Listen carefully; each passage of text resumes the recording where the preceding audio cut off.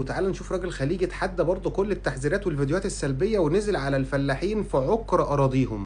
السلام عليكم يا رجالة. اتفضل يا باشا. ربنا يساعدكم. ما شاء الله تشتروا الرز اليوم ها؟ ما شاء الله ما شاء الله. ده الرز المصري. رز المصري. رز يابا. ركز مع سلوك الفلاحين الحقيقي وطريقة كلامهم الحقيقية وشكلهم الحقيقي، وهتلاقيهم هما الاتنين أصلا موظفين الصبح وبيشتغلوا في أراضيهم آخر النهار. رز المصري. رز يابا. سوبر سوبر ها؟ حاجة نظيفة محترمة. الفدان كم يطلع من طن؟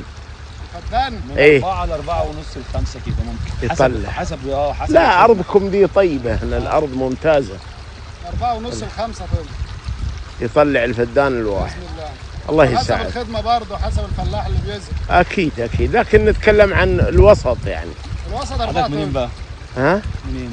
أنا اللهجة مختلفة. من بلد تحبها وتحبك. أنا من بلد المصري بيقول اللي بيصور أنت منين؟ بيقول له البلد اللي بتحبها وبتحبك على طول، قال له السعودية. من بلد تحبها وتحبك.